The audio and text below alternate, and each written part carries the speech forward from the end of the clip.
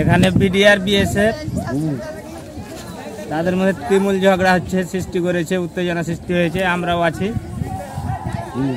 আমাদের আমের গাছপালা তারা কেটে পালিয়ে গেছে। আমাদের 2-3 জনকে আহত করা হয়েছে। আমরা এই বাংলাদেশের 1 ইঞ্চি মাটিও ছাড়বো না। প্রয়োজনে আমরা শহীদ হয়ে যাব, কিন্তু মাটি 1 ইঞ্চিও ছাড়বো না। সকাল 11টার দিকে আপনার গন্ডগোল হয়েছিল, আবার 2টার দিক থেকে ভারতের বিএসএফ আপনার ভারতের নাগরিকদের মাইকিং করে ডেকে এনে পাথর, ইট, বোমা, ককটেল যত কিছু আছে আপনার সব কিছু নিয়ে এসেছে। আবার এসে আমার পাল্টা ধাওয়া করেছে বাংলাদেশের ওপর। বিএসএফ সহ পাথর, ককটেল, বোমা যত কিছু আছে বাংলাদেশের ওপর নিক্ষেপ করেছে।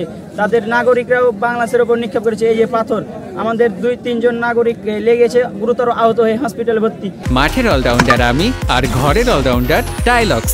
টাইলক্স টয়লেট ক্লিনার, ক্লিন মানেই টাইলক্স। আপনারা জানেন আমাদের চৌকা এবং কিরণগঞ্জ 2টা বিজিবি ক্যাম্পের মাঝামাঝি স্থানে 177-এর 3S বরাবর এখানে আমাদের বাংলাদেশি কিছু আম গাছ ছিল।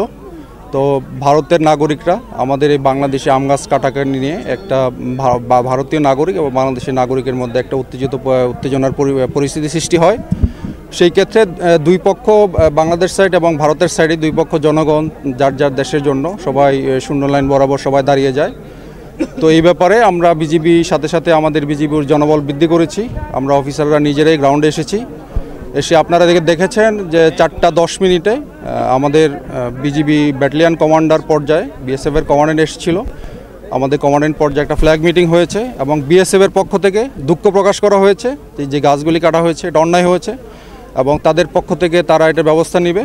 পাশাপাশি আমাদের বিজিবির পাশে আমাদের বাংলাদেশি জনগণ, আমাদের দেশপ্রেমিক জনগণ আমাদের সাথে আছে এবং আমাদের জনগণ আমাদের যেটা নিশ্চয়তা করলো ভবিষ্যতেও আমাদের থাকবে। সুতরাং আপনাদের মাধ্যমে আমি রিকোয়েস্ট করতে চাই, বর্তমানে শূন্য লাইন বরাবর আমাদের জনগণকে দূরে সরে আসার জন্য বিজিবি আমরা দিনরাত প্রস্তুত আছি। আমরা ইনশাল্লাহ যে কোনো পরিস্থিতি আমাদের বিজিবির কন্ট্রোলে আছে। ধন্যবাদ।